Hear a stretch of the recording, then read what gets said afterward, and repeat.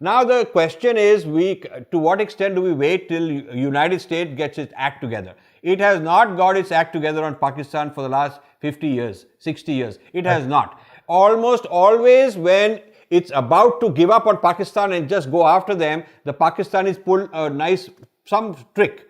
And Indian diplomacy and Indian foreign policy have not been able to anticipate how cunning and how effective Pakistanis are in Washington. And I will tell you, in Washington, Pakistan, with all the problems, they know how to wheel and deal. They know how to do things under the table. They know how to work out with the military generals. They know how to work out with some business tycoon who's a big politician, how to get some deals for them. Chinese know how to do that. Pakistanis know how to do that. And this is the kind of diplomacy I am not sure India has been able to counter.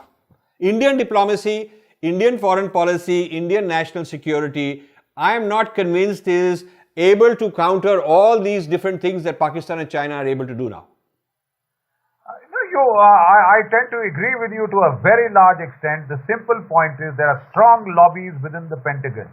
The Central Army, the Central Command chiefs have all dealt with Pakistan extensively, and there is a strong pro-Pakistan lobby or strong pro-Pakistan lobby in the Pentagon.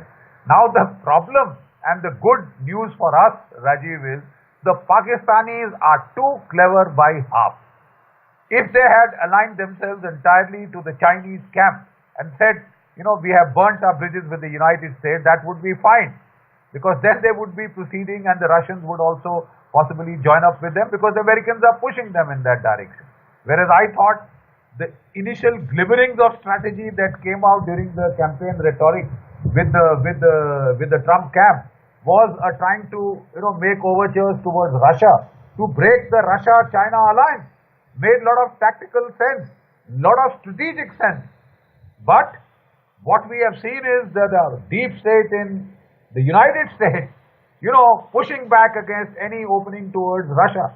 And there are lots of senior officials who are now in trouble in the United States for their outreach to Russia, to try to split the Chinese-Russian alliance, which is a great danger. The Chinese just lack technology which the Russians can give them. Excellent weapons technology, and China will be more than a match tomorrow. So the point at issue is the Pakistanis are too clever by half. If they had aligned with the Chinese only, they have now made, outreaches again to the United States. Even as they align with China, even as they take $51 billion, they are trying to succor the Chinese by doing the Baluchistan Act for the CIA and the Saudi Mukhabarat. And I think at a point in time, Pakistan may just end up having, created a situation where every interlocutor combines to give it a kick. I don't put it beyond them. They are too clever by half. But you see, the only thing they have going, which is valuable to all of these people, is geography. I mean, they have a geographical location, and as they say in real estate, location, location, location. That is what matters. They have access between the Central Asia and the warm water south. That access they can sell. They can market, the rights to that country. And that's what they got. And they are brilliantly negotiating that. So the state, a rational state, this is something the terrorists would not think, they are not smart enough to think. But the rational part of the Pakistani state is playing this game, and they are playing it skillfully. You could also say that they are very skillful in keeping all opponents working with them, even though they are fighting each other. That whether there is US-China rivalry, whether there is US-Russia rivalry, they are the true non-aligned. They are the true multi-aligned.